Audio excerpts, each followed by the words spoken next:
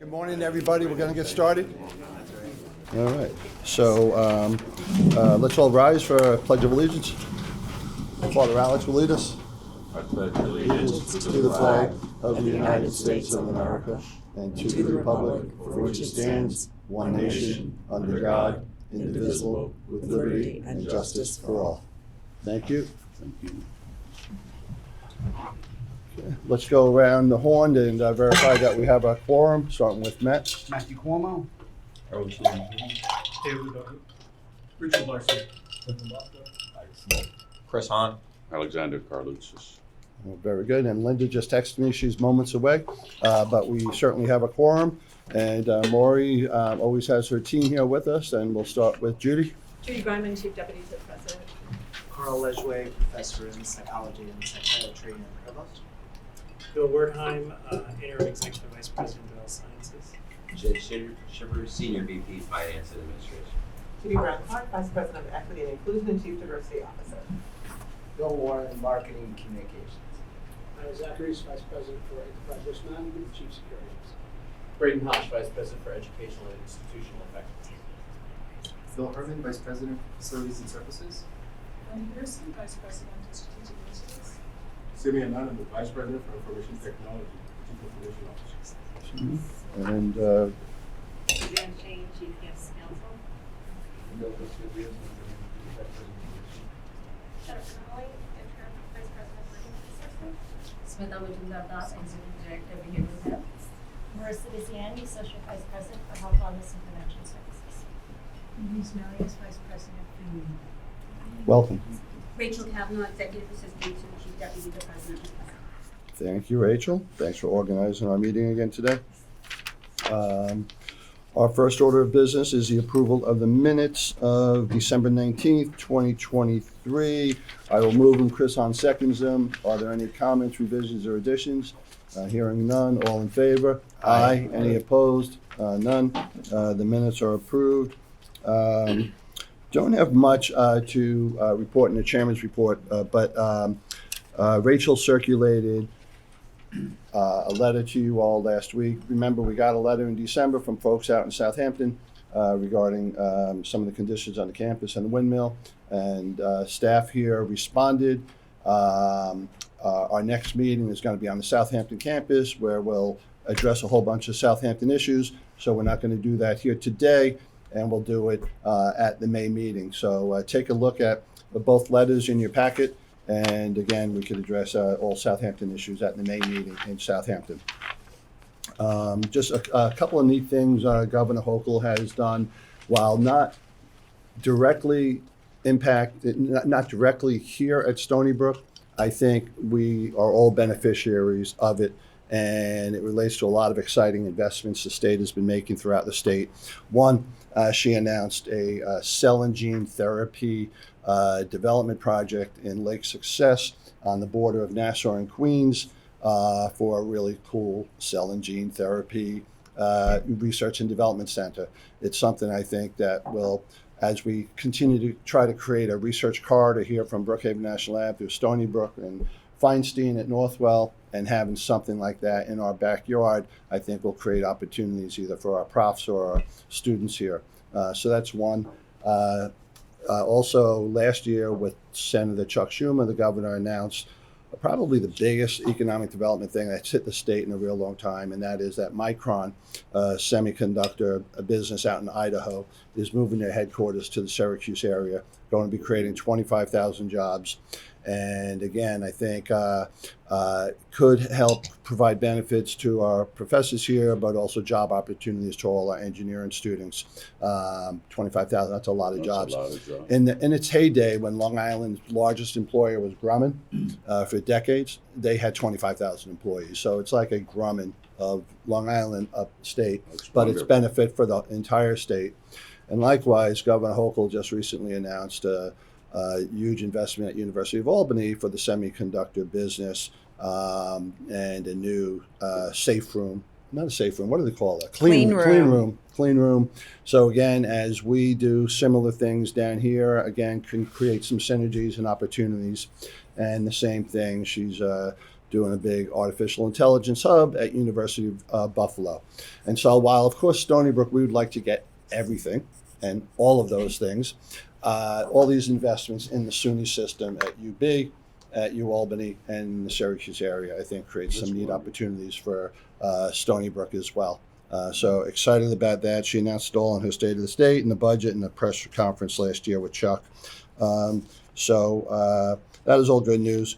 And I'll hand it over to President McGinnis for her report for more good news. Sure. Thank you. I'm going to start by following up on a couple of things you mentioned. And the first is that in January, a number of people from our campus went out to Southampton for a panel that was sponsored by, what was the newspaper's name? Press News, Yes. Southampton Press. Exactly. And so very well attended luncheon and That had to be a big one, I can tell you. Yes. I wanted to be there. and discussion about the Southampton campus, Southampton Hospital, the work that we are doing out there. It was a really great event. And so in addition to the letters that were circulated, you might wish to read some of the press coverage that I think gives a fuller picture of the work we're doing in Southampton. And we look forward to being able to share all of that with council as well when we are out there later in the spring. Great, Bill. So maybe you get those articles to Rachel, and Rachel, you could send them, the articles out to the team here. Yep. Great. We'll be glad to do that. Last week, actually, I was in Albany for the SUNY Research Foundation Board of Directors meeting, and we toured the facility that's been known by a variety of different names. So just to anchor it, for those of you who have New York State history, it was SUNY Poly for a long time. It's also been called Albany Nanotech, but it is a research facility used by people, particularly in the semiconductor space. So the companies that are trying to develop new technologies, working on new prototypes, do that work at this facility. And the state is making about $1 billion investment there for this incredible new piece of equipment that will be one of the first ones in the United States. That will give new research opportunities, not only to the companies who are the primary user of the facilities, but also to universities. So universities get about 20% of the time on this equipment. And we have about a dozen or so faculty at Stony Brook who do research and are interested in working with this new piece of equipment when it comes there. So as you say, it does have a benefit to the whole state, but it is a remarkable investment on the part of the state. I know it hasn't been that long since our last meeting, but I'm going to go ahead and touch on something that, I know is of national interest. And we talked about this last time, but just a little bit more. As we are back with a new semester, we continue to have strong advocacy on both sides of the conflict in the Middle East. So far, we continue to manage this well. We work very hard to maintain the right of free speech on this campus.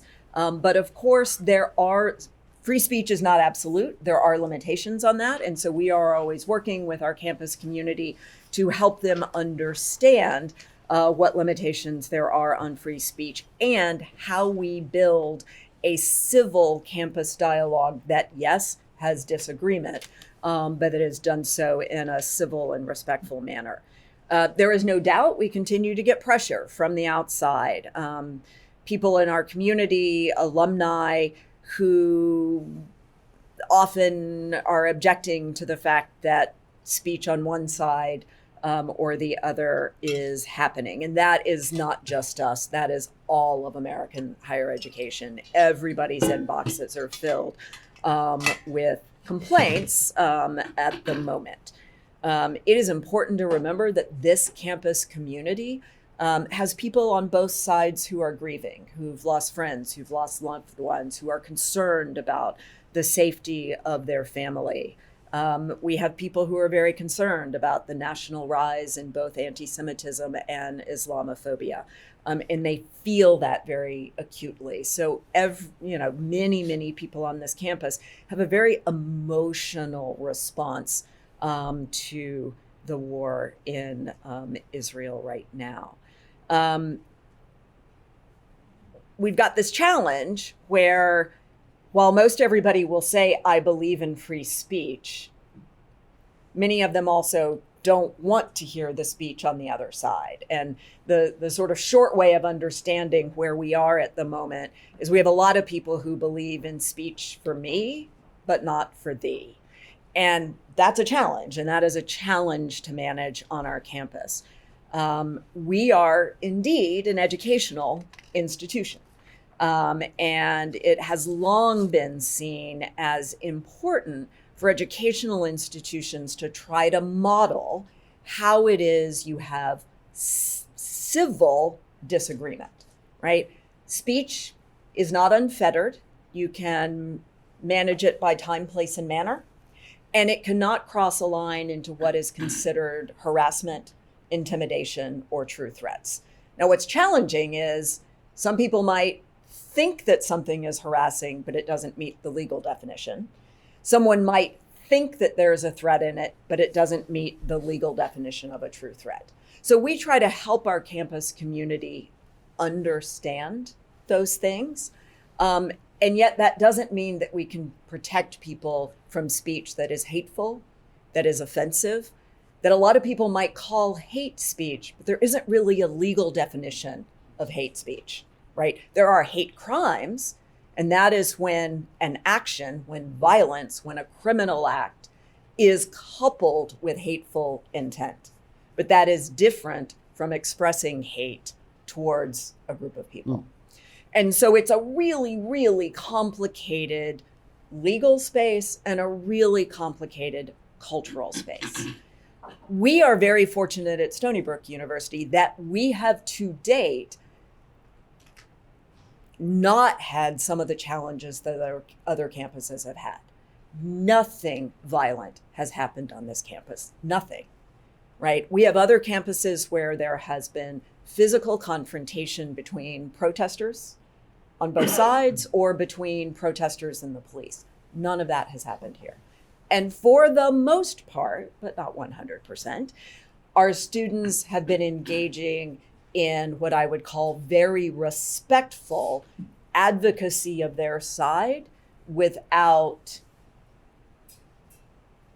shall we say, denigrating people on the other side. And we, this team here, works very closely with our students to try to help them understand all these nuances. How do you advocate for your side in a robust way without infringing on the rights of others? And so that is the balance that we try to work on every day. So my expectation is it's going to keep getting harder and harder as the conflict continues. The national landscape of these protests has been growing in its energy. In some places, in its crossing lines beyond what is protected by the First Amendment. So far, we've navigated this well. I will add, we're in election season.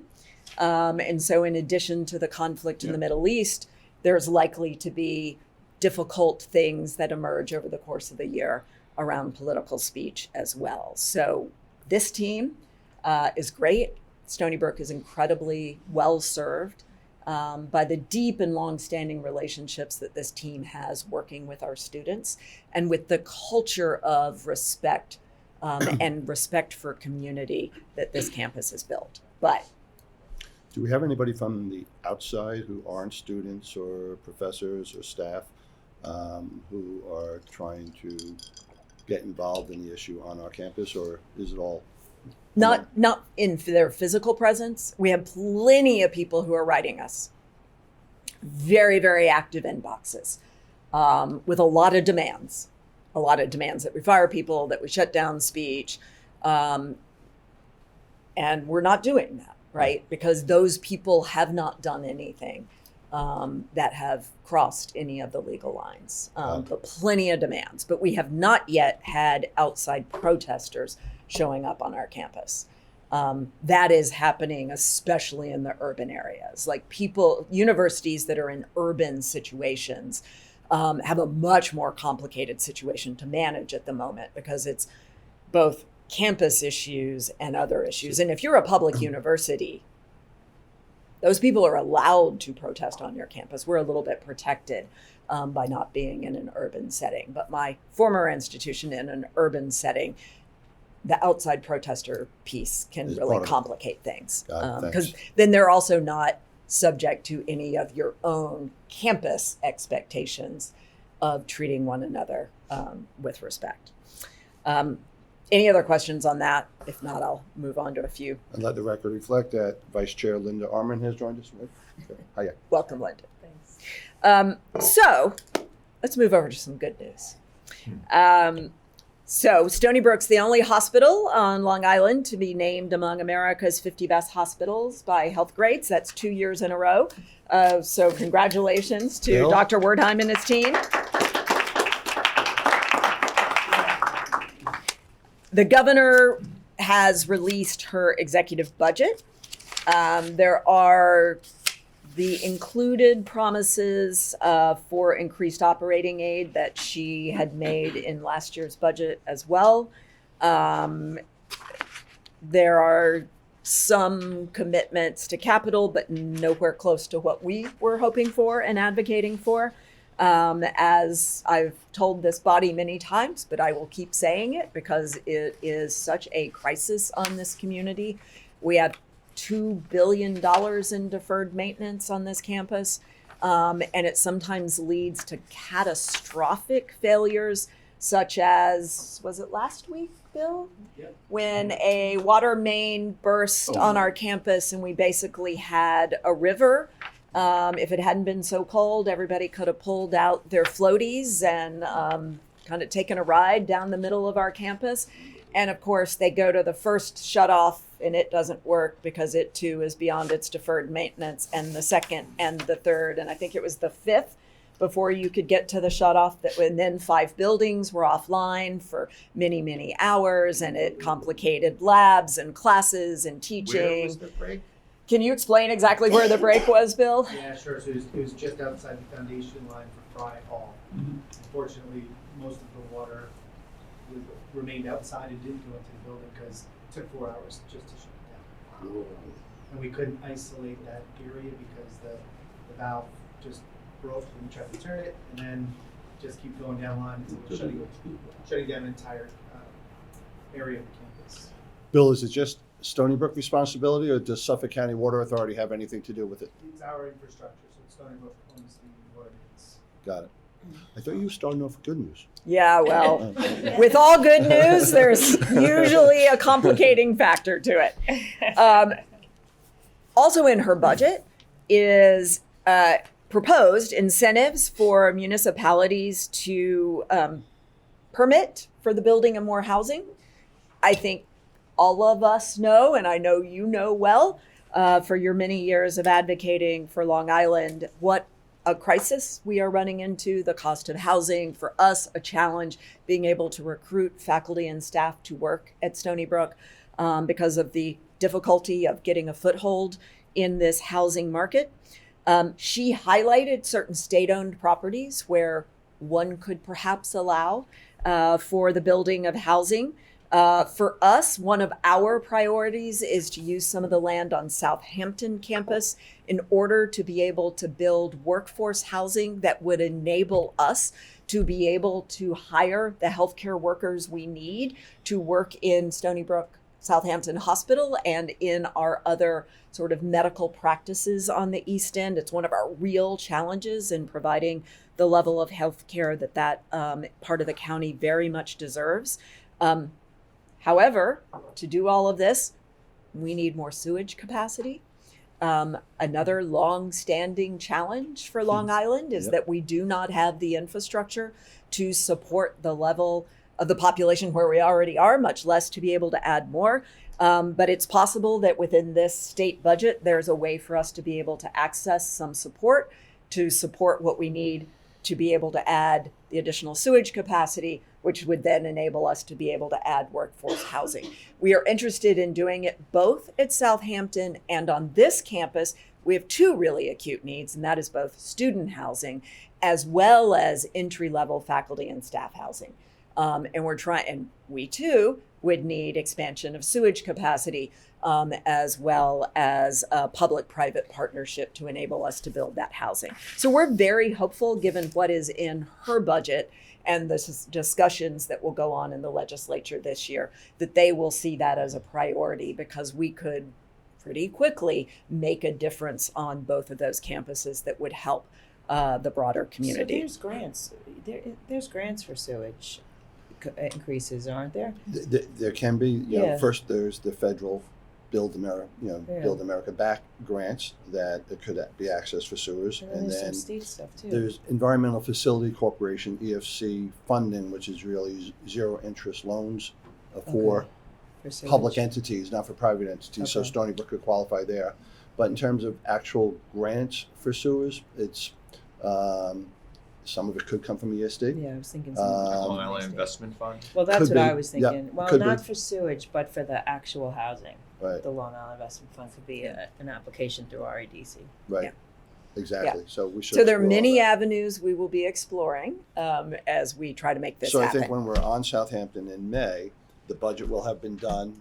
A lot of things in the session will be done. I think we'll have some more Clarity. clarity, and we can have a good discussion on that there. Yep. Cool. Yep.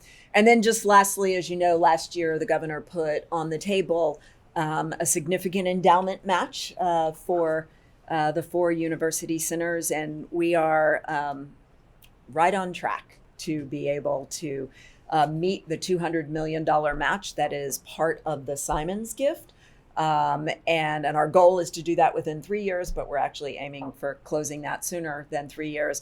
And that would then allow us to be able to get the $200 million from the state as well. So things are going great in that area. Got it. And like Jim and Marilyn's gift to us is unrestricted.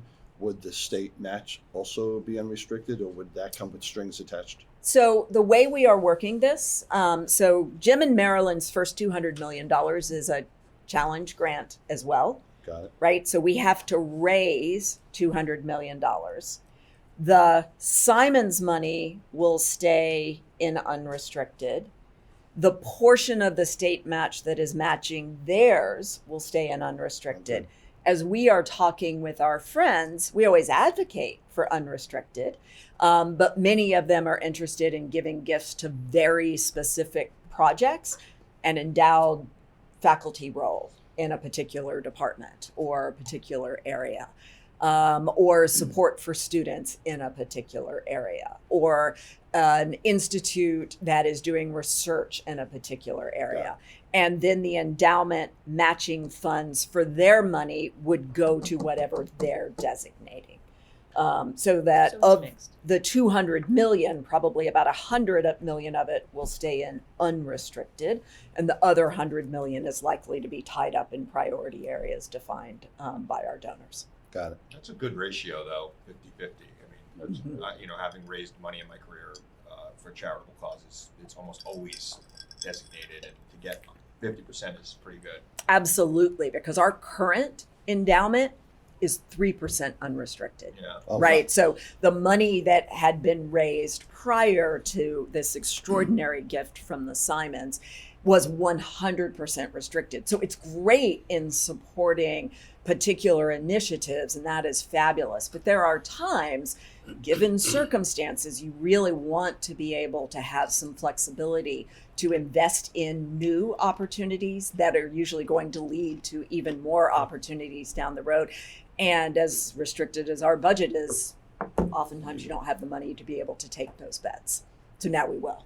I mean, and this takes years, right? It takes years before there's actually any real money that the campus will be able to spend and invest, right? Because the money first has to be in hand.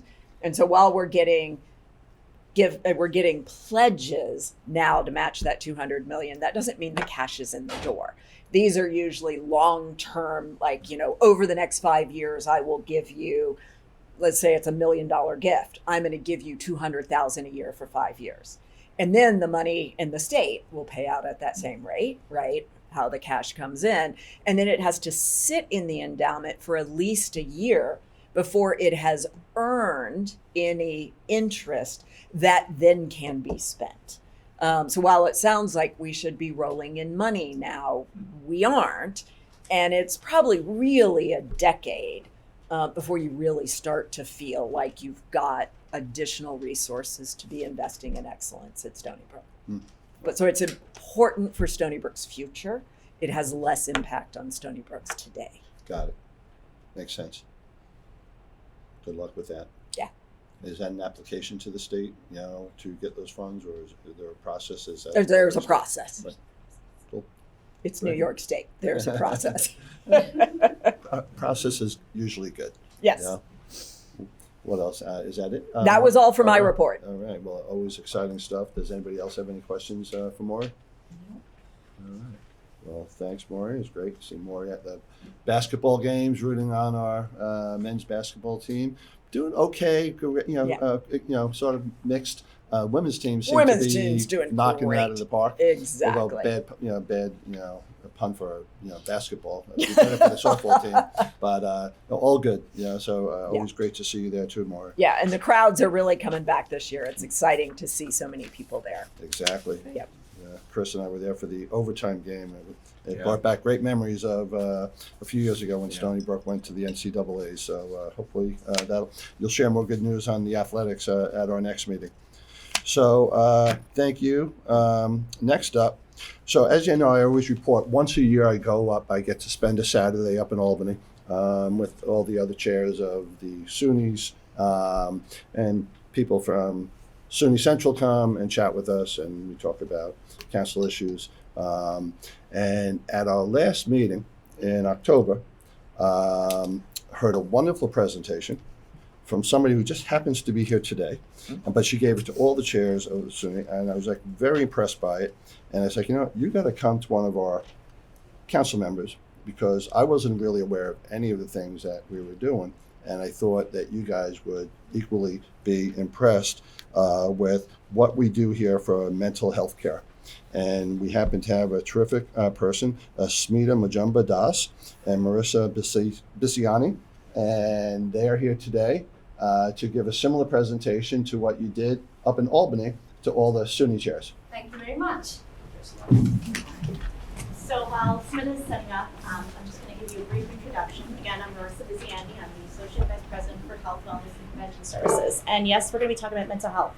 But I don't want to lose sight of really our comprehensive approach to how we respond to our students and how we align our goals. So I oversee multiple departments that support our well-being of students. So that includes our counseling and psychological services, recreation and wellness, student health services, our student support team, which I'm sure many of you are familiar with, our care team, which is our student threat risk assessment center for prevention and outreach, and our student accessibility support center. And that just may seem like a lot of departments and a lot of different areas of specialty. But even though they're so unique, we all come together with a united focus. And Smita's going to talk to you about prevention and how we really look at prevention, but also intervention for our students. So Smita? Thank you very much. Thank you for inviting me. So a little bit about why mental health is important. So I don't have to preach through the choir at this point of time. So American Council on Education Pulse Point Survey, which kind of surveys all college presidents, university and college presidents about key issues facing higher education. And mental health has topped the chart for last 7 years, right? Also, Healthy Minds Network Survey, which basically is a web-based survey targeting undergraduate and graduate students talking about mental health service utilization, issues on college campuses. And in the previous year, 60% students met criteria for one or more mental health problems. And this was a 50% increase from 2013. American College Health Association Survey, which is another web-based service, which focuses on health behaviors. Health, which is physical as well as mental health behaviors, ranging from mental health issues, nicotine use, sleep. And over there in that survey, 51% students met the criteria for moderate psychological distress and 21% met criteria for severe psychological distress. 34% increasing, 34% indicating receiving mental health care in the last 12 months. I just want you to take a moment to wrap your head around the numbers we are talking about nationally at this point of time. Now, mental health concerns were escalating prior to COVID. So COVID did not flip a switch. It did not start with COVID. We were seeing the graphs go up for a long time, almost 10 years from at this point of time. Center for Collegiate Mental Health Survey is one of the unique surveys which surveys counseling centers across United States. So 190 counseling centers give their clinical data to this survey to really understand the mental health service utilization and the clinical components of it, right? So this is 2023 survey. Again, we have seen a steady increase of all the issues that we are talking about. But with COVID, there's an increase in clinical presentation of trauma. Almost 40% of students reporting incidents of trauma or experiences of trauma. Generalized anxiety and social anxiety kind of overtook depression this year. Eating concerns and family distress. So these were the 4 top areas that came out to be really concerning for our students. So every year, this survey kind of focuses on a niche area to kind of really understand what's happening. And this year, they talked about student experiencing discrimination. In a sample size of 190,000 students utilizing services at College Counseling Center, 19.4% of the students reported experiencing discrimination and in the past 6 months. And the experience of discrimination correlates with increased emotional distress, suicidal ideation, as well as social isolation that this survey found. They also focused on what kind of keeps students in college, right? And some of the risk factors that the survey kind of found from withdrawing from school is mental health and alcohol and other drug hospitalization, that students who have experienced that are higher risk of withdrawing from school. Freshman status, as well as current elevated academic distress. That was one of the reasons why students do withdraw from school. And some of the prominent protective factors they found is symptom change, relief in their symptoms, as well as activity engagement, social connection, engagement, feeling that they belong to that space really improved their ability to retain and stay in school. That was really important. One thing which I did not add in here, which is very significant, 61% of students who are receiving services in the College Counseling Center reported having prior experience with counseling as well as utilization of psychotropic medication this year, which was an all-time high from 11 years right now. So that also tells us our student body is changing. Students coming to campus are coming with prior existing mental health issues. So what do we do in campus?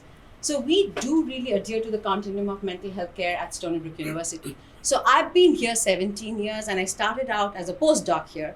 And 17 years ago, Stony Brook has been a pioneer in early prevention, early intervention work.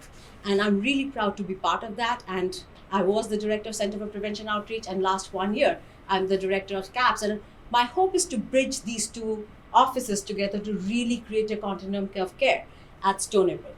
So we start with outreach and prevention because we have a lot of students, like 50% of the student body reports some form of emotional distress, some form of emotional discomfort, and that might not qualify for treatment but does require some attention.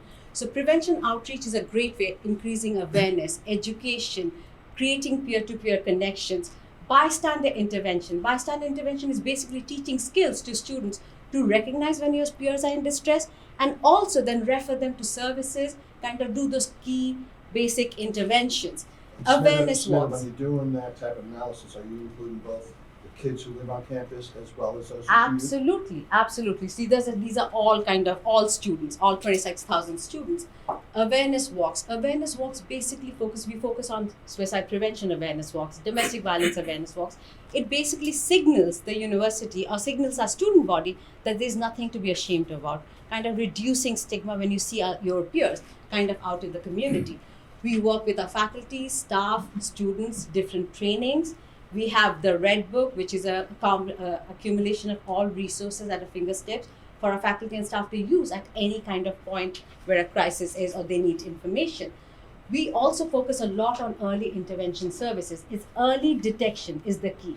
right? There's students who are coming to campus with prior experience of mental health issues, prior experience of emotional distress, and sometimes can get lost in a wide campus like that. So we have a lot of early detection services in form of screening, in universal screenings, given out by our wonderful peer educators. We have around 50 peer educators. Devin was our peer educator last year, and really doing screenings at different points of campus location to really get to the peers, to know about what's going on and how to refer them to services. We do a lot of skill building workshops, stress management, time management, resilience building, mindfulness meditation, community engagement. It's not just come to a workshop, learn about depression, but come to a workshop and truly understand in a creative way how these mental health issues impact your day-to-day life, impact your academics, right? So when we present workshops on learn about depression, learn about anxiety, our attendance is 0. But when we talk about, like, let's do a creative act, right? Let's do cups, mugs, and hugs, or our Pet Away Life Stress, our animal-assisted therapy program. Students come over there, and during those pieces, we kind of train them and kind of start the conversation on education about mental health and how to really take care of ourselves. We have treatment and referral to treatment services. I'm going to go through this a little bit more. And then recovery maintenance. Mental health is recurrent. It keeps on going. It doesn't start and stop. So to support a student throughout their career in Stony Brook, you need to have different services that can touch points at different points of time as they progress through their career over here. And all these services are available on East, West Campus, as well as Southampton. That's really important, and Manhattan. So I'm going to focus a little bit on mental health treatment resources that we have on campus. As we all know, Counseling and Psychological Services provides in-person, on-campus counseling services, individual therapy, group therapy, couples therapy for students who are both registered with us. We provide psychiatry services and medication management. So a lot of students need continued medication management, psychotropic medication management, or also this is the age group that they're experiencing their first break and need quick access to medication. We provide consultation to staff, faculty about any emerging student issues and what to do at that point of time. Crisis management, students walking in, quick assessment, stabilization, and then referral or hospitalization services. We have 24/7 access to virtual mental health care, both in and out of state through Timely Care. You might have heard about Timely Care, which is amazing service that's on campus. And it's not just for mental health, it's also for physical health. I'm going to focus on the mental health part because it allows our students to access care 24/7 after 5 o'clock when offices close. 57% of students who have used Timely Care have used it after hours, which is a huge. Also, the latest report showed 27 states. The students, when they leave campus, they go to other states and they have access to Timely Care from other states, because if you're on campus, you can only provide services to New York State. But this has allowed us to expand our services to students who are leaving New York State, going to different places, are still our students for internships, different things. So this has been a really great service for our students. We also have CAPS Crisis Line, which is focused on crisis consultation. It is available to staff, faculty, student, parents who are calling regarding anything. And this is available 24/7 with the crisis person calling on ground, like they will call me or my associate director if they need on ground approach about what to do. So for example, one of the parents called because they didn't know how to get to the CPEP and they called the crisis line. Crisis line doesn't know. They called me saying, hey, this parent is really frazzled. They need to get to CPEP. Can you help us figure out how to do that? So we will do that. And from that, and also like pretty serious stuff, like they need to be hospitalized, the university police needs to be involved. Let's figure that piece out. We also provide case management and referral to services to community providers because, again, we are a campus mental health provider, so we do need, our scope of care is limited.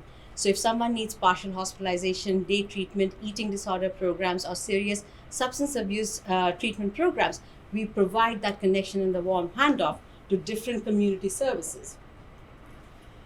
So prevention and early intervention, just to give a kind of a scope of what we do in mental health and suicide prevention arena. Now CPO does work with 4 different areas, which is mental health awareness and suicide prevention, sexual violence prevention and awareness, alcohol and other drugs, as well as physical health, and the interconnections of these, because these things really impact students and their experiences on campus. We provide QPR, which is a suicide prevention bystander training, which actually provides skills and tools for students to engage with each other, faculty and staff to engage with students, to talk about what's going on. If they kind of give any alarming response, how to then do a warm handoff to services on campus, referral services. Till date, we have trained around 2,000 QPR trainees in last 3 years. Every year, we kind of have around 800. Our clubs, organization, student bodies, they all get trained in QPR. We do Walk Up Hope, which is the annual suicide prevention awareness walk. Again, kind of reducing the barriers and stigma around these topic areas. So these kind of things really helpful.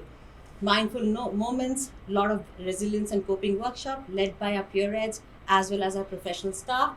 Healing arts. Healing arts is like almost connecting mental health with creative outlets. So you kind of really figure out that it's not just someone talking to you, but you're doing something and really understanding how it impacts. Like we recently had a vision board activity where we know hope for the future is a huge protective factor. And then how do you envision your future? So those kind of pieces are brought in. Screenings, we do a lot of screenings and training for faculty and staff and students. This gives you a snapshot of other activities we do as a part of Center for Prevention Outreach. We distribute a lot of health products, flu kits, safer sex products, menstrual hygiene products, Deterra-Back, Narcan. All these things are given to our resident hall assistants as well as students generally. We have STI and HIV testing, which is not just done by student health services, but also we have different vendors coming on campus to really assist our students who need testing on campus. Wellness walks, CPR training, we hold regular CPR training to kind of raise the awareness of students and also their skill set. Nutrition workshop, organ donor enrollment. If you look at the alcohol and other drugs, we not only focus on alcohol, but cannabis use, vaping, nicotine use, Narcan, naloxone training, Red Watch Band training, which started here in 2008, which basically helps students recognize signs of overdose and then call for help. So our student body is really well versed in those. We have fentanyl testing strips that we give out to our students. The whole idea is harm reduction and making sure our students are safe. And in the interpersonal violence space, we have a survivor advocate who's not clinical, but really works with students who have had any experiences of violence and kind of providing them referral resources and also navigating the systems.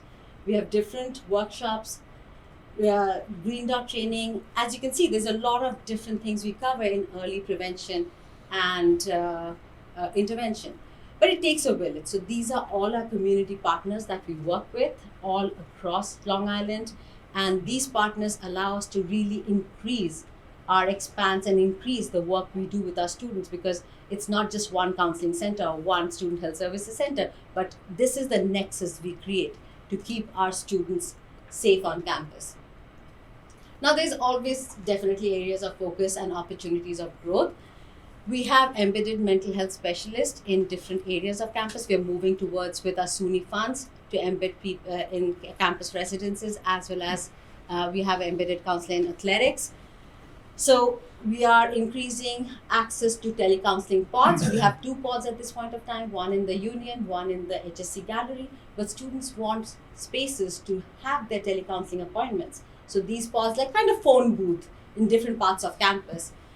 We are and we talked about hiring practices. Hiring is a challenge in mental health arena, not just here, but across the United States. But we have been really actively focusing our resources to kind of make sure that we are engaging more diverse counselors to come on campus, because that has been a number one ask for our students for years on end.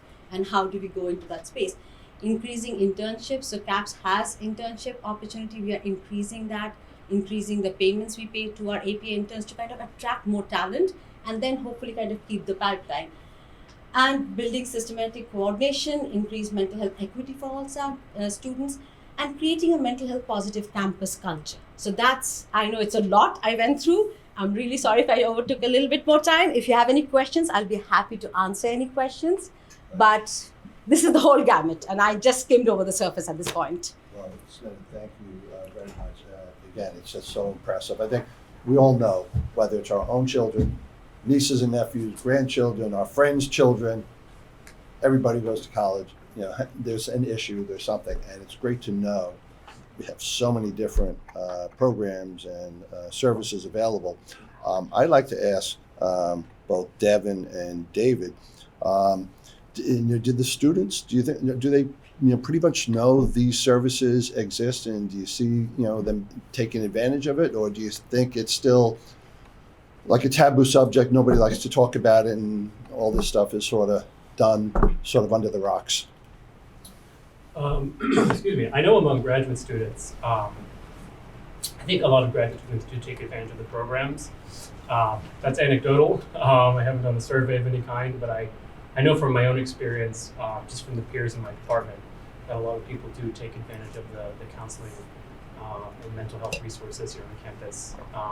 And I know that I have benefited as well from that. Great, thank you, David.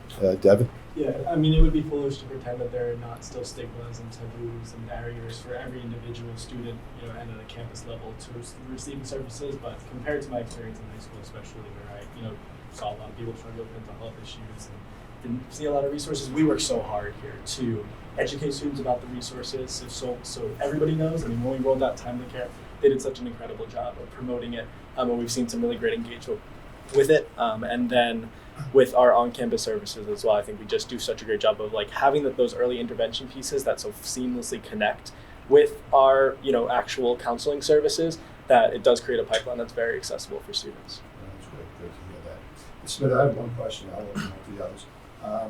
Are all these services free for students, or do we go to their parents' health insurance and try to recapture some of the funds for some of the services that are provided? So all the services are free for the students, completely free. The only time we use insurance if we have to refer them outside for outside providers, but everything on campus is completely 100% free.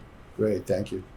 And anybody else? Yeah, so I recently, I've been trying to educate myself on youth and young adult and new adult, whatever, student mental health. One of the things I saw a presentation on was crisis text hotline, which students can text basically if they're, instead of picking up the phone and calling. It seems to be predominantly used by young women. Is that something that you've ever looked into? So we are looking into that. Like Devin is smiling because Devin is part of USG. We have been in conversation on how to start that and adapt that on campus. Okay, So- yeah, I actually have a connection to the organization that does it nationally, so if you wanted an introduction. We actually have different variations. So there's two programs we have currently through our Timely Care engagement.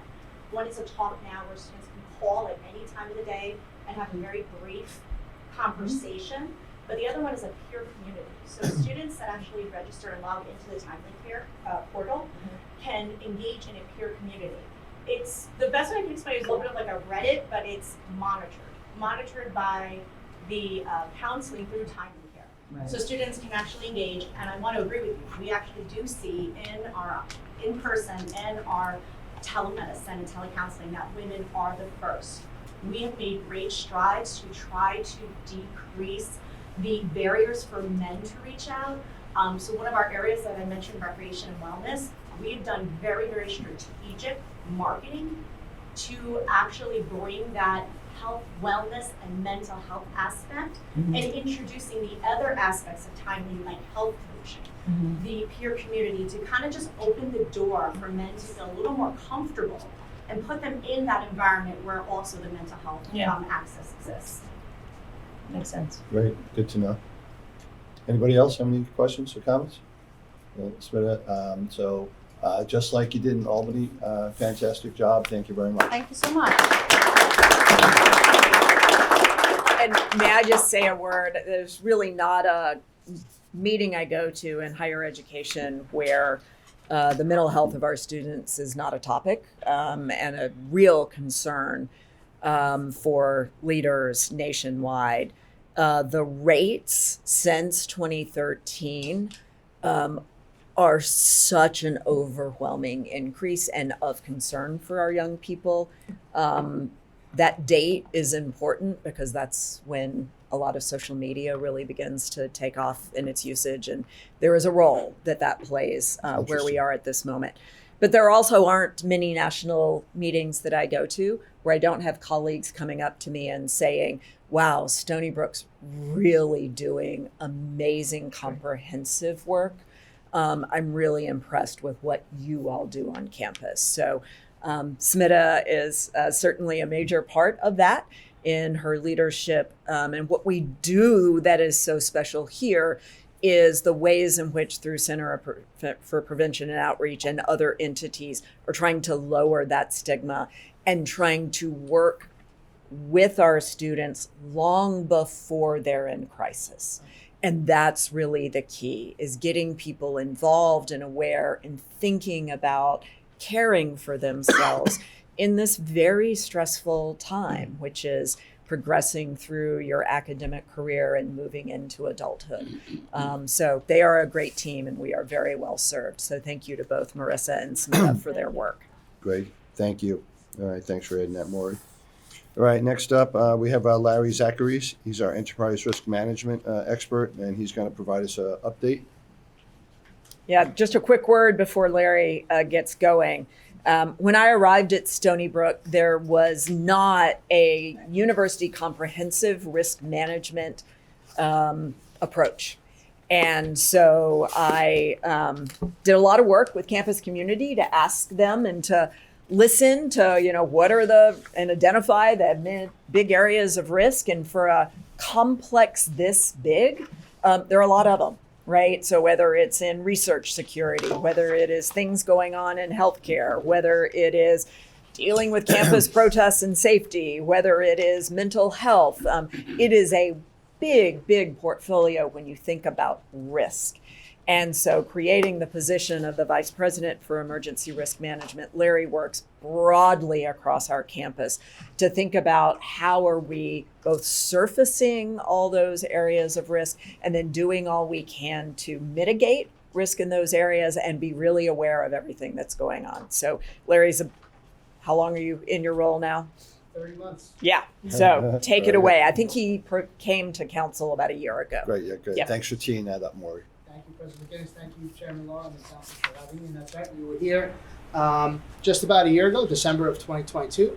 And that presentation was, while it did encompass the risk register, which I will get to, that was more of we call it the ERM Roadshow, an overview of kind of who we are and what we do. And this is sort of what it looked like at the time.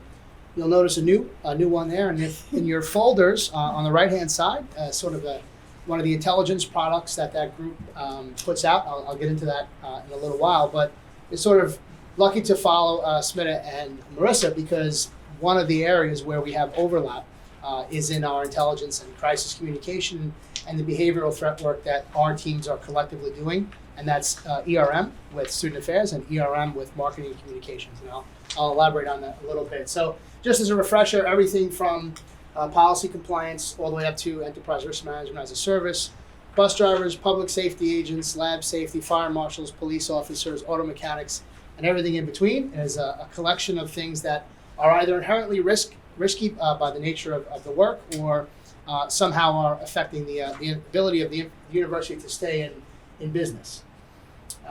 Another reminder is our shared governance structure. It's very important for us, not just operationally, but also how we get to where we got today when we get to the risk register. So the top there is the Senior Risk Advisory Council, aka the President's Cabinet. Many of my peers are here.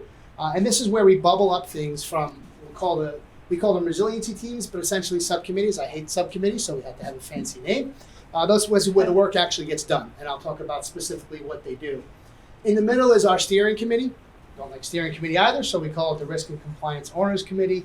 These are folks who either by the nature of their work own risks or compliance activities or are otherwise responsible to help filter that information from the work that's happening below them up to the President's Cabinet when necessary for policy and procedural changes. And we'll talk about some of the policy initiatives that we were able to get done this year.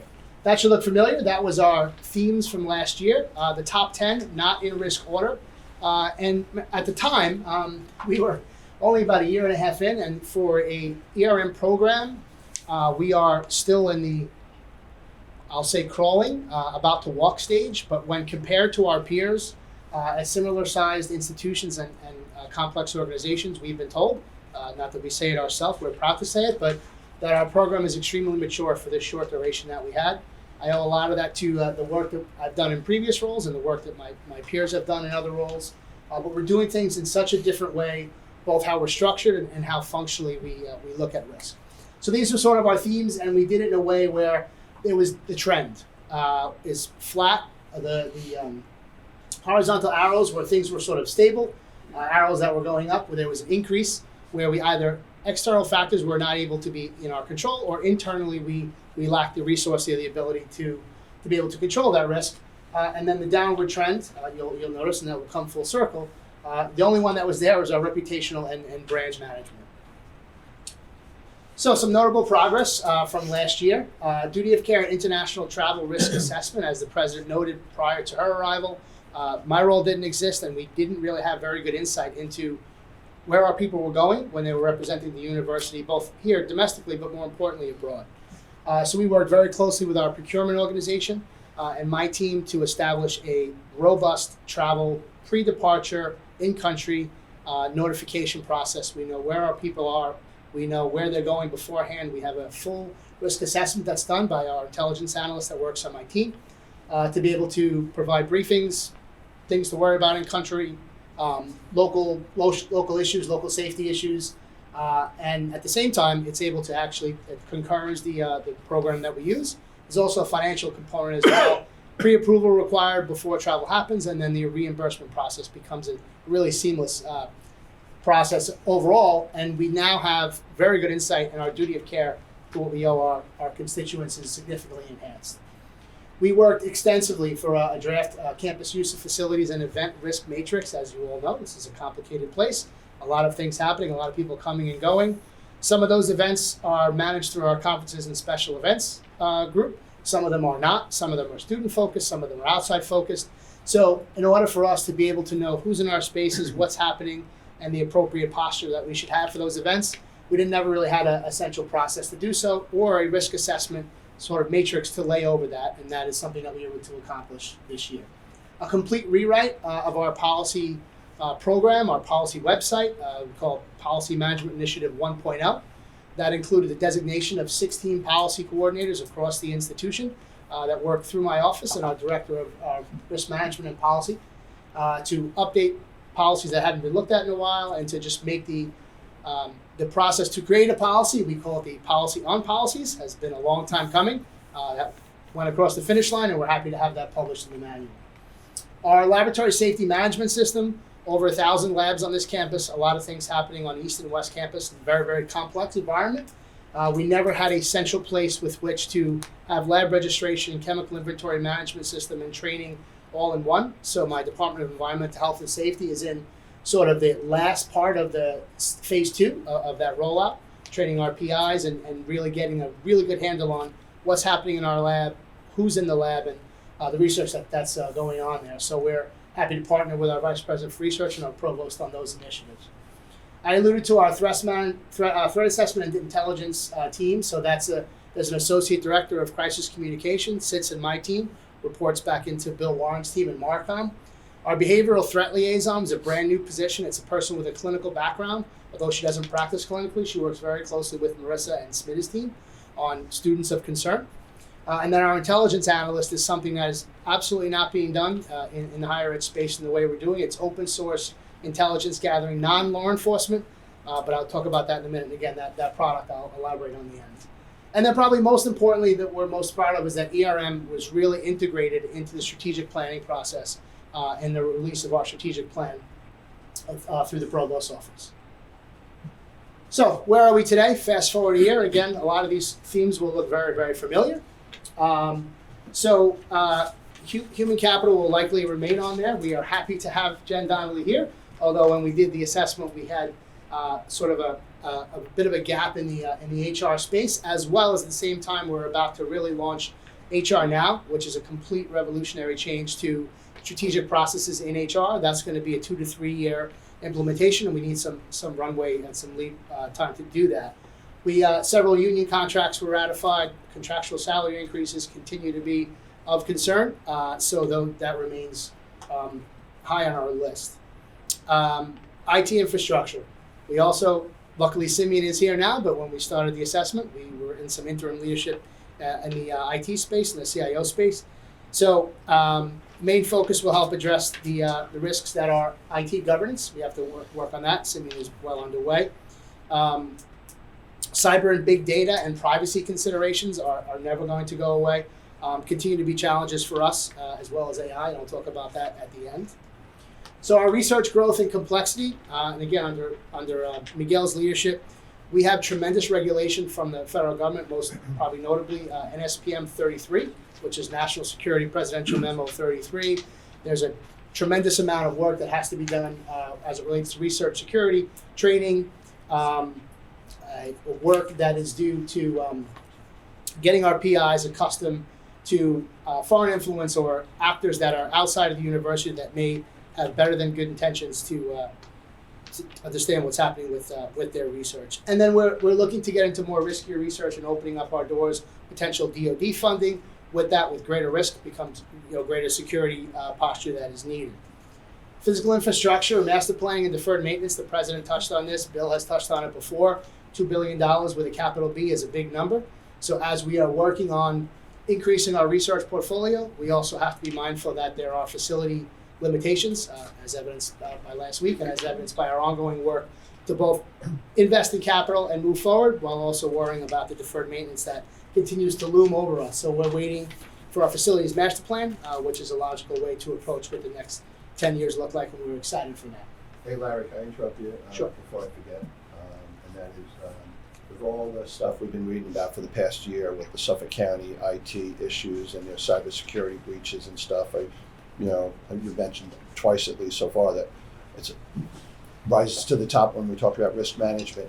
Do we have any of the issues here that they have in Suffolk County, and do we feel good about the steps we've taken to protect our IT system here?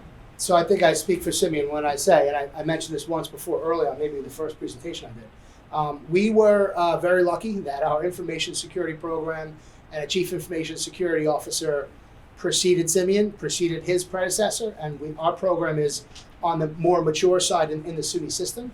Matter of fact, there's just 2 new members added to that team. So there's an entire team of 7 or 8, I think it's 8 now, focused entirely on information security, cyber awareness, cyber hygiene, and that's literally all they do. Very similar to my team that is just kind of scanning and seeing what's out there, both in social media and in the world. It is a team whose job is solely focused on what those outside threat actors are thinking about and doing. So I don't know if you want to add to that, Simeon, but that is correct. We take a 3-pronged approach: policy, technologies, and practices, constantly trying to strengthen our posture. So we talk to our researchers to understand exactly where the data may be, and also the acquisition of new technologies, things that may become a vulnerability for the university. We take a look at those before they even come into the environment. Great, thanks, and thanks, Larry. no, of course. So number 5, we are in the midst of under Jed's leadership, a massive ERP implementation project, Oracle Cloud. So this is taking a ton of our, I'll say, dated, perhaps not necessarily integrated systems, and moving them to the 21st century. The challenges here are certainly extensive, including our ability to both change internal processes while also having to have those processes work with SUNY being a part of the SUNY system. External legislation and a really complex regulatory world, ESG, environmental social governance. These are the external pressures and what the world thinks about Stony Brook, what the world thinks about what Stony Brook's footprint is, literally and figuratively, and our reputation is tied to the New York Climate Exchange, so that continues to be something that we need to keep an eye on. Revenue risks and the uncertainty really with the world economic picture right now, as well as the President mentioned, tremendous opportunity with the Simon's gift, although with great opportunity comes great responsibility, and meeting those endowment targets certainly remain on our risk register. Also mentioned by the President is the geopolitical influence on higher ed, one of probably the largest, if not one of the largest challenges right now, and that's locally, nationally, and internationally, and we are entering the 2024 presidential election cycle. Continues to promise to be a challenge as well.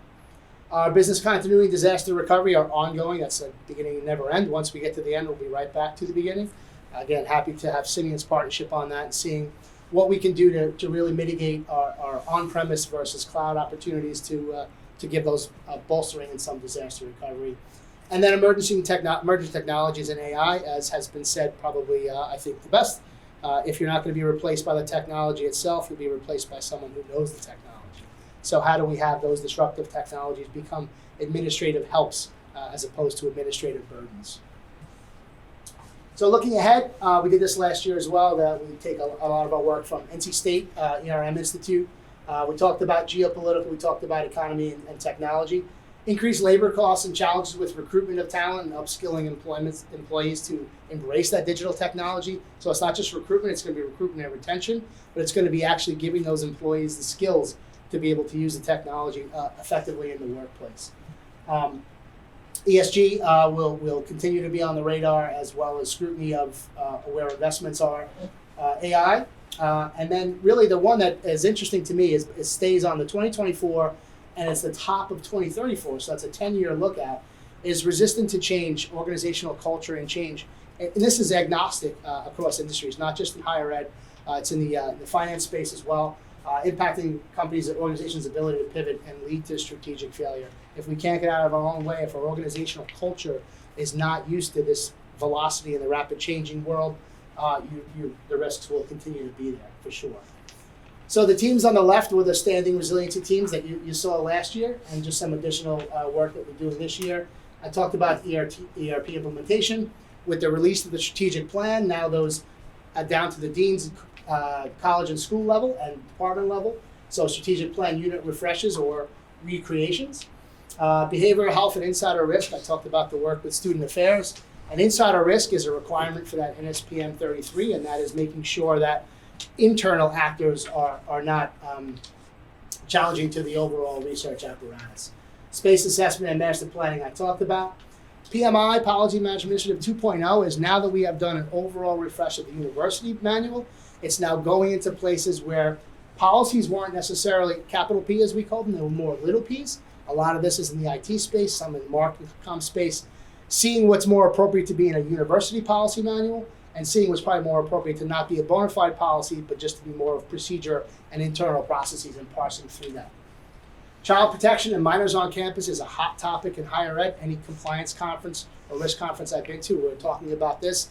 Stony Brook, as we look at the future of Southampton and we look at continuing revenue streams here, who's coming to our campuses and what are the rules around having minors here, escorted, unescorted, and what that looks like. I touched on 7 and 8. Contract signatory authority, again, these are just cleaning up some processes that didn't necessarily have logical places to go. Who's allowed to engage the university and engage them in contractual services. And then number 10, economic reframing and looking forward to all funds potential budget model is something that we're going to keep a close eye on as JED continues to shepherd that process. Again, uncertain times economically, we talked about the geopolitical risks. So we really can't overstate this. The challenge that we have between Title VI, the 1964 Civil Rights Act, and the First Amendment, public university, we're actually going to be talking about it later today. These are ongoing conversations, and under the president's leadership, and really everyone in this room, and certainly all of my teams in student affairs, we are really working overtime to make sure that we're doing the best we can to balance all those. It is a huge challenge. And I talked about some of the new mindsets and the cyber issues, Kevin, as you mentioned. We certainly keep a close eye on what's happening in the county, the state, and elsewhere. We are consistently under attack as an institute of higher education and a place where there's a bunch of data that folks would have. And then really, what does the future of AI look like here at Stony Brook for the SUNY system, for higher ed writ large, and where do we play a role in that? And there's some provincial initiatives that are happening there, and we look forward to continue to support those processes. Any questions? Larry. I sit on several boards, and whenever we get a risk management type of presentation, it segues into we need insurance for that, we need insurance for that, we need insurance. Our insurance budgets keep on always going up. Are we self-insured, or does SUNY Central insure us for all these issues, or how do we deal with those issues? Or is that a loaded question? It's a loaded question for sure. So yes and yes. So state is self-insured, as you know. There's a, I'll say, system-wide efforts around cyber, and we sort of lead the charge. Simeon sits on a SUNY-wide committee, constantly ever-changing, and as you know, the insurers are constantly ever looking for ways to not necessarily pay. Increase premiums and reduce coverage. Yeah, essentially. Just a quick note on the so the intelligence product that you have there. That's a weekly report. So that one goes to the members of the RCOC and other key members of my risk organization. And then the cabinet gets sort of a one-pager on that. It is sort of a bi-weekly when we have a president's cabinet. It's hot topics, what's happening out in the world, why it's important to higher ed, what's happening in the financial space, what's happening in local, national, and federal. And it's has been proven, as the feedback we've gotten, to be a very, very valuable resource for the members of the cabinet and members of the campus community. So, Thanks. Anybody have any other questions for Larry? All right. Well, thanks for it's great to know that you're staying on top of all these issues, and sometimes we forget. We obviously need to take care of 25,000 students, and we have 15,000 employees, but there are all these administrative responsibilities and obligations that we need to also be not only paying attention to, but as a council overseeing. So it's good to get these presentations and know that we're doing at least best in class or best practices or above and beyond that. So thanks. thank you. All right. Okay. So last but not least, today we have Devin, Devin Labasco. He's our undergraduate student government rep, and he's going to provide a highlight and presentation of some of the cool things that are happening there. Hey everyone, great to meet you by now. I'm Devin Labasco. I'm the president of the undergraduate student government. I'm going to be giving a really quick recap of what the fall semester held for us and kind of what we're looking forward to in the spring and beyond. I was supposed to be joined today by our VP of Student Life, Isaiah Daniel, who some of you might know. They have a lot of energy. They're kind of, I would call them my better half when it comes to event planning and everything we do, but I'll try to fill that gap and bring a lot of energy because we have a really, really exciting spring where we're just trying to scale everything up, bring the most for the students, and really kind of bring the whole community together in a really And cool Devin, way. remind us all what your major is, what year you're in. Sure thing. I'm a senior. I am a pre-med student. I'm majoring in biochemistry and women's and gender studies. Awesome. All right. Cool. So USG is the lead student-run activism, advocacy, programming, and governing board at Stony Brook University. We basically operate as a nonprofit organization, totally separate from the university. We have over 30 elected student representatives, and we have almost 70 hired student representatives. So we're a really huge student representative body. We're a huge student employer. We do have advisors from the university. We work very closely with a lot of departments. But we do also operate autonomously, which is a really amazing opportunity for our students. We collect the student activity fee, which is something that is standard at every single SUNY school. How much that actual fee is varies from school to school. Actually, very excitingly for us at USG, the student activity fee was $99.50 for actually 8 years. And recently, the student body voted to increase. It was by a slim margin, but they did vote to increase the student activity fee to $106.50, which was a really exciting increase for the students because, as you all know, with inflation, our budget does not grow on its own with inflation. The only thing that's really increased our budget over the past 8 years was a rise in enrollment. And with more students comes more need for activities, more diversity, and we're just always trying to do more. So this is a really huge increase that has already started to go into effect, but really next year we'll be able to ramp up some of our activities, account for increases in things like minimum wage, and just continue to grow our events in the way that we see students are demanding us to. So where does that money go? I thought about giving you guys a budget breakdown, but I think I would have put a couple of you to sleep. Our budget in total is about $3.5 million. It will be shooting up by a little bit next year. That money goes to clubs and organizations who are funded by USG. We currently fund over 150 clubs and organizations, and that number is rapidly growing as more and more clubs and organizations request budgets and have really big plans for how they're going to use those budgets. So, I mean, I think all of you are to some extent familiar with what our clubs and organizations do. We have thousands of events, GBMs, activities, meetings every single semester that are funded by the student activity fee through our hundreds of clubs on campus. USG, oftentimes in collaboration with our student engagement activities department, hosts some of Stony Brook's biggest programs and traditions, which I'll be talking about a little bit later. And we also, as student leaders, are constantly pushing initiatives that improve student life, which I'll be talking about a little bit as well. So a little bit about our structure. As I mentioned before, we have 7 executive council members, we have 25 senators, and 65 hired student staff. The executive council members oversee areas such as clubs and orgs, treasury, student life, etc. Our senators are meant to kind of represent a diverse background, and they help to oversee how our budget is distributed and make sure that's done in a way that's fair for all of the students. And then we have student staff, as I mentioned before, and those are the people who plan our events, help to oversee the daily distribution of our budget, and assist kind of with the advocacy that we do.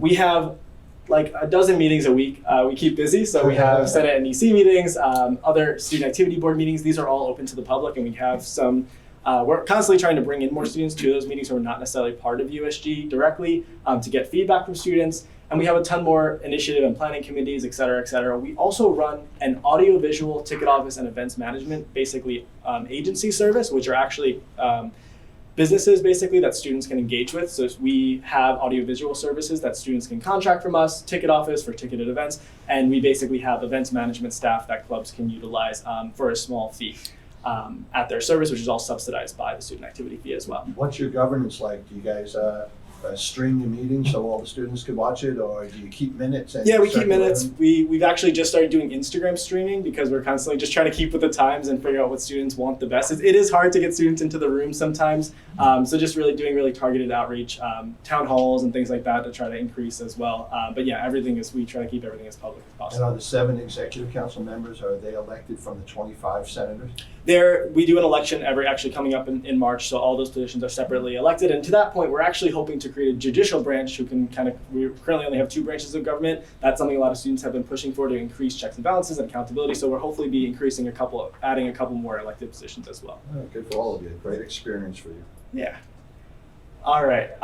So getting into our initiatives. So these are kind of the things that are not necessarily events, but are more projects that we're hoping to do for the sake of students on campus. Something that has kind of been snowballing our thrift stores on campus in general, and USG has been spearheading trying to create kind of a centralized campus thrift store, whether that is like a physical location that exists like perpetually or in terms of pop-ups.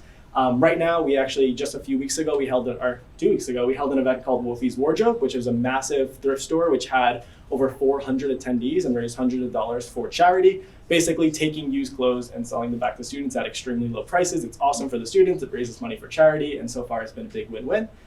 We've been collaborating with and promoting athletics a lot this year, getting students into the games. We have something called Red Zone, which you might have seen, which is basically students who come to the games and hype up all the other students and do giveaways. We have the t-shirt cannon. We love the t-shirt cannon. Something that I've personally been pretty involved in and continue to be is increasing accessibility to menstrual hygiene products and emergency contraceptive products. We have something called the Menstrual Hygiene Program at USG, which has helped to put 4 basically totally free menstrual hygiene product dispensers in women's and gender neutral bathrooms on campus. Basically pads and tampons that are extremely easily accessible and more private than other, basically ways to procure them on campus. And we're also working to get a vending machine that contains emergency contraception on campus. We've been making some big strides there. That's something USG is very passionate about. And you guys have probably heard about that on other campuses as kind of like a big national and statewide trend.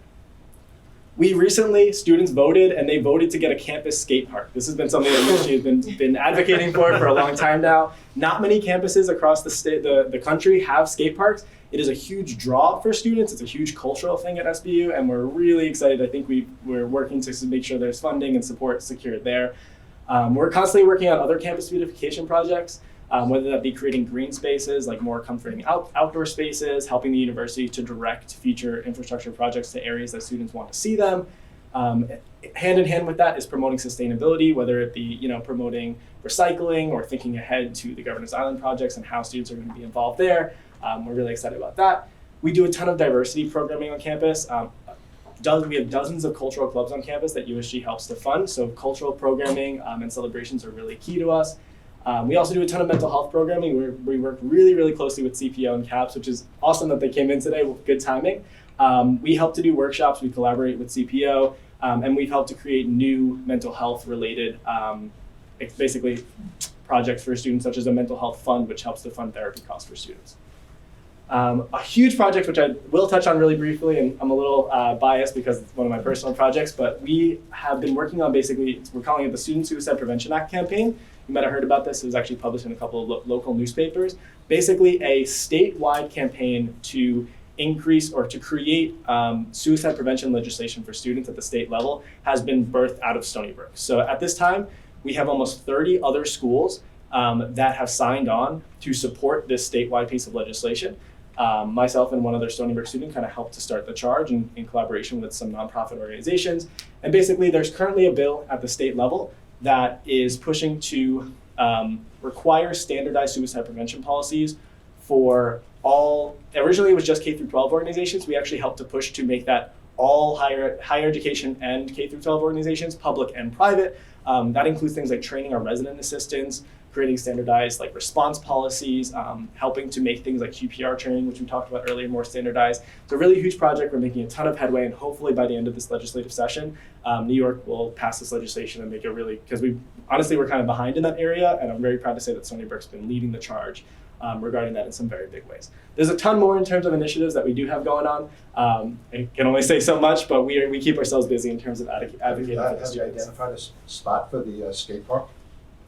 We have a couple of ideas. I don't think anything's finalized, but yeah, there are a couple tennis courts on campus that are a little run down, and we would love to bring those in. So we've been working with student affairs and making some great progress there. So good. Yeah. So we all know the president. So if when you negotiate, let us know. Gotcha. Awesome. Thanks. We'll try to chime in for you. Okay, so I'm going to get into some of our fall events first. We had a really exciting fall, great turnout. Again, since the pandemic, we've just been seeing a exponential growth in student life and how our students are engaging with us. Our Wolfie Lane Carnival was one of the best attended ever. We had over 7,000 students present. It's basically a student-run carnival that we put on every year. You can see some pictures and kind of get an idea of the scale of it. This is in the parking lot that's kind of right across from the Student Activity Center. We take it over for one afternoon, basically kind of like a full day. And we have carnival rides, games, prizes, and kind of everything that you could ever imagine. It's a very unique event to have on a college campus, and our students absolutely love it. The lines get long, which we're always trying to cut down on, and next year, we're just trying to keep on building on it. Spooky Brook. If you have not gotten the memo, college students love Halloween for one reason or another. Everyone is dressed up, so basically the Saturday of Halloween, we do what we call Spooky Brook, and actually throughout the entire week we have Halloween themed programming from our clubs and organizations, from our departments, and then kind of on Halloween weekend, as they call it, we put on a massive event. We take over the entire Student Activity Center. We have a haunted house. We typically have a magician show. We do a costume contest. We do trick-or-treating at different tables, and we have students come out. I think this year we had a little over 500 students. We have our performance groups. You can see up there one of our performance groups doing kind of a spooky dance, and it is just one of the most wonderful bringing everyone together events. Light the Brook, again, an event that I'm personally indebted to because I helped to plan it and make it bigger and better and brighter than ever this year. If you guys have been outside, anytime after 3 p.m. this winter, you probably have seen the lights that are all around campus. Basically, USG, and this year with some major support from Student Affairs and our Faculty Student Association, we put up lights basically all around campus, and we do a lighting ceremony where everyone, piles into the, actually right outside the administration building. We have performances, we give away hot chocolate. It's cold out and everyone kind of still bundles up and comes out. We had over 500 students there this year. We gave out light up giveaways, and then we do a countdown and we turn on all the lights. This year, for the first time ever, we had that big tree lit up right outside of the psychology building near the administration building, and it's been a huge photo shoot location. So I'd encourage everyone to check it out if you haven't already. Now looking forward to the spring. Right around the corner, we have our Black History Month Gala, which we're really excited for. Basically, we are collaborating with the university in a lot of different ways to help ramp up Black History Month and just do more programming that's student-oriented. We have a comedy show coming up on February 25th. The artist has not been announced yet, but they will be very soon, so unfortunately I cannot say anything about it, but we're really excited about that. Last year we had the Impractical Jokers, which some of you may be familiar with. Huge student turnout. We do it in our Stoller Center. We always do a very engaging performance for our students, and they love it. We are planning to do a makeup event. I think this actually just got pushed back to April, but basically an event where we bring makeup artists from like big companies onto campus to teach students about makeup, help build connections for like students who want to go into that industry, and things like that, and actually teach students how to make their own makeup as well, which is something we're really excited about. Another event that I'm kind of personally indebted to is the Mental Health Gala. As I mentioned before, we helped to create the Seawolves Mental Health Fund, which is basically a support fund for student therapy costs, medication costs, things like that. The Mental Health Gala is an event we put on every year in collaboration with Student Affairs to actually help raise money for that fund. Basically, it is a formal gala. We encourage students to come out. There's a very low ticket price for students. We do raffles, food giveaways, and just it's kind of a really beautiful celebration of mental health and what the fund is all about. This year, we're planning to do a march and an expo for Women's History Month, basically highlighting all of the incredible women's focused programming, clubs and organizations, things like that, that we have on our campus. So that's kind of still in the works, but we're really excited about that too. An event that you're all probably familiar with, Brookfest, basically our huge concert that we host at the end of the year. The artist has also not been announced for Brookfest, but they will be soon. We got somebody really awesome this year. That was one of our big goals for the student activity fee increase, was to make Brookfest kind of like bring somebody really awesome this year and reward all the students for all their hard work at the end of the year. Typically, actually this year, we're hoping to have more students than ever in the arena. It's the same place where all the basketball games are held. Typically, we have somewhere between 3,000 and 4,000 students present at that concert.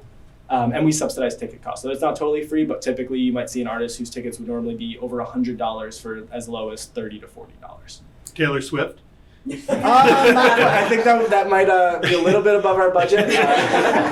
We get demands like that from the students all the time, and we have to explain a little bit why that isn't financially feasible. But Roth Regatta, another huge Stony Brook tradition that's primarily planned by USG in collaboration with so many departments, where we race all the boats. The theme in the works for this year is kind of like Roth Regatta Unbound, where people can kind of just celebrate themselves, represent themselves through their boats, and kind of be a little bit more free-flowing than usual. Diversity Day is, it kind of changes every year a little bit, but basically is our big cultural celebration at the end of the year. We do performances. We typically have clubs tabling. We have cultural food.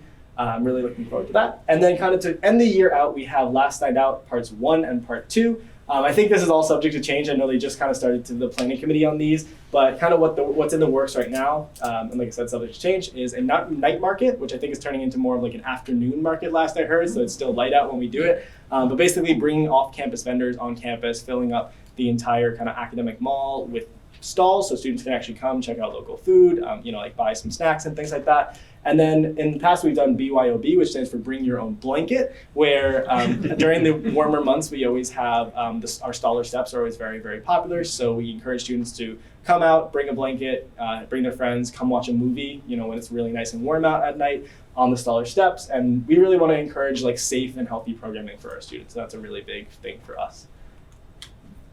We're getting towards the end. Yeah. So thank you so much for having me. I was really excited to be offered. And if you guys have any questions, I'd love to answer them. Yeah, first of all, awesome job. We've always been lucky. I've been chairing the council for 15 years. We've always had really terrific undergraduate student government leaders, and you certainly have not let us down and fit the bill. Are you a Long Island boy, or are you from out of the... I'm from Queens, actually. Queens. Just because you go to medical school, there are a lot of healthcare professions in the elected world as well. And you, my friend, sound like you could be quite a leader, whether it's at the local level or the state level or even the congressional level. So very terrific job. And you give us hope and you make us feel proud about the kinds of kids and students that we're generating here, and excited about your future. That's really good.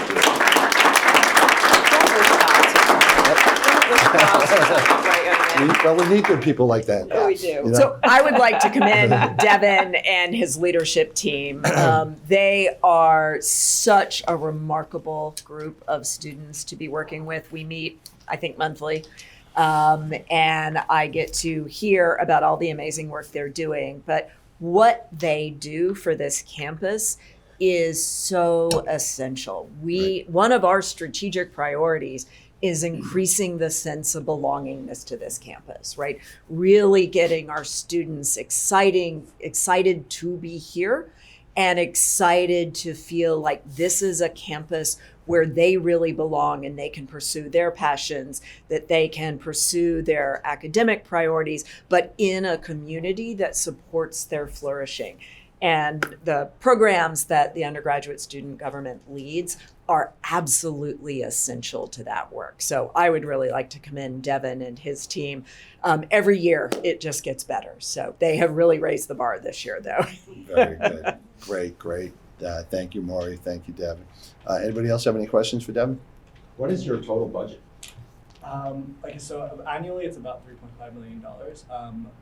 More than half of that, about almost 60% of that, goes right back to all our clubs and organizations. So we kind of oversee it, but we ultimately distribute it to those kind of events. And we spend a little bit over $1 million ourselves on our major programming and traditions, and just administrative costs and things like that. Besides that.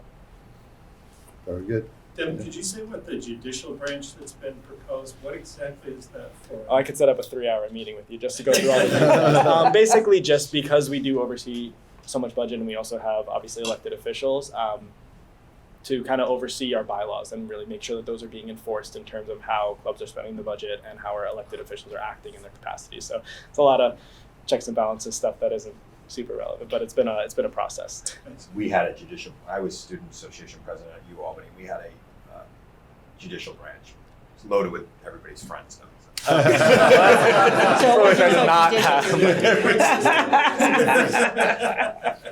Sounds like our U.S. Supreme Court. Yeah. Exactly. Oh, dear Lord. Okay, I had to end on that.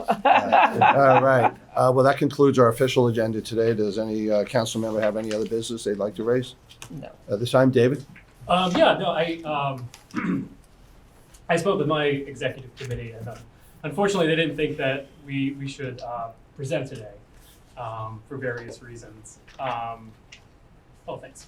But I did want to just give an opportunity for any questions or potential feedback that you might want from graduate students to understand what graduate students' concerns are, or to understand what the graduate student experience is like on campus. Just to maybe better inform your own understanding of what happens here. I think that would be very helpful. How about we get you on the agenda for the May meeting? Sure. Yeah, that would work too. But maybe I'll submit to the email thread this question just so that I can go and get some feedback. Are you going to still be? Are you still going to be our grad rep in September as well, the fall? I probably won't be. It'll probably change. All right. So then we'll get you on in May. I was going to say we're going to devote the May agenda to Southampton. Southampton. I know. What? It's a big agenda. It's a big agenda. All right. So We're gonna answer his email. I'm sorry? Sounds like we're gonna answer his email. Yes. I'm sorry. Yeah, we may have to invite you back for the fall because we do have a busy agenda in Southampton for the Southampton agenda. But we would benefit from understanding the needs of the grad students here too. So so we'll figure it out. Okay, great. Thanks for sharing that. Right. Anybody else? So our next meeting is on May 6th at the Southampton campus. Is this our pre-work? Yes. What we discussed in the beginning, Rachel sent us letters, are both that we received and that we responded to.